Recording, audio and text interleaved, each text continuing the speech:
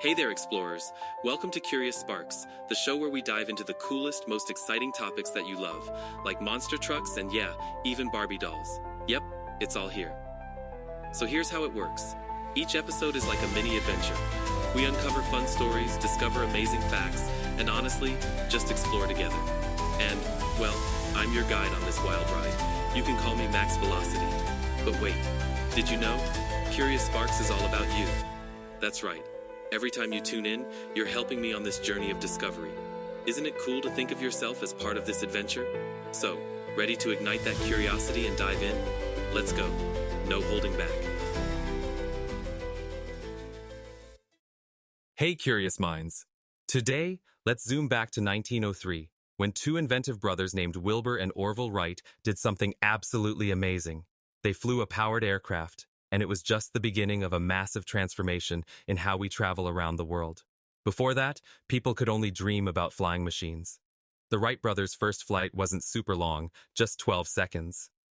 I think we should try a little experiment at home, for real.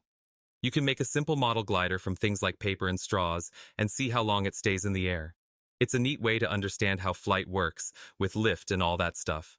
I remember being at a kite festival once. I was like maybe around your age, and I was trying to get my kite up. It was this big, colorful thing, and it just wouldn't fly.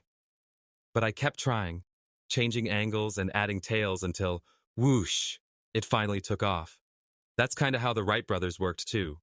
They had a lot of tries, but each one was a step closer to success.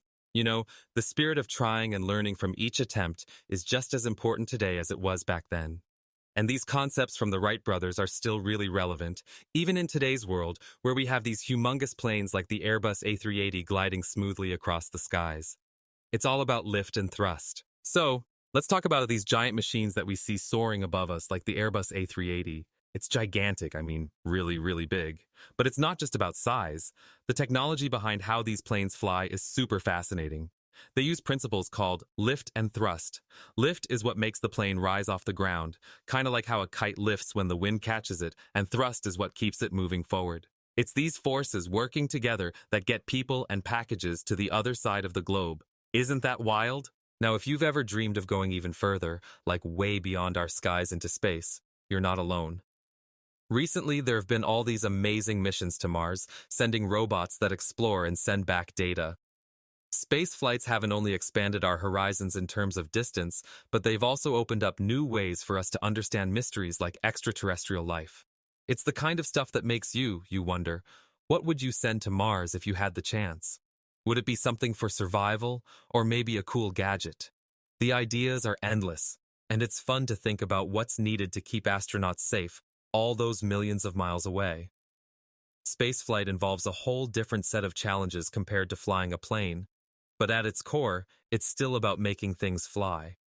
We gotta think about oxygen, food, and loads of other stuff.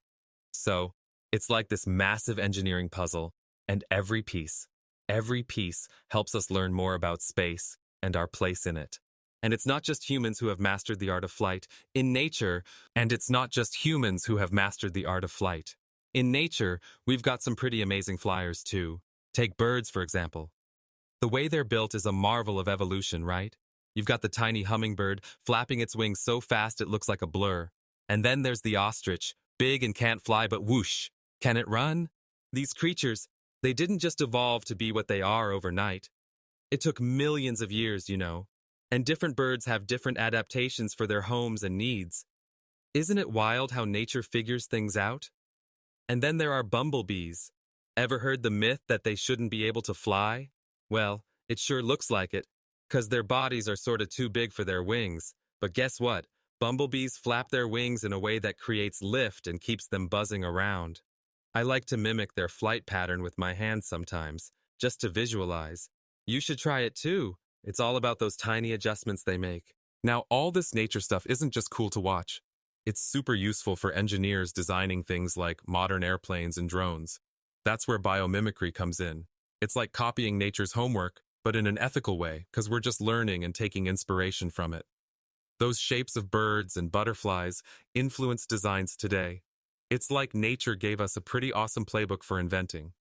So you see, flying isn't just something we do. It's what nature's done forever. And as we understand more about these natural wonders, who knows what amazing things we'll design next? And that's all for today on Curious Sparks. It's been an amazing flight through time and nature. Keep wondering, keep exploring, and I can't wait to catch you on the next adventure. So long for now.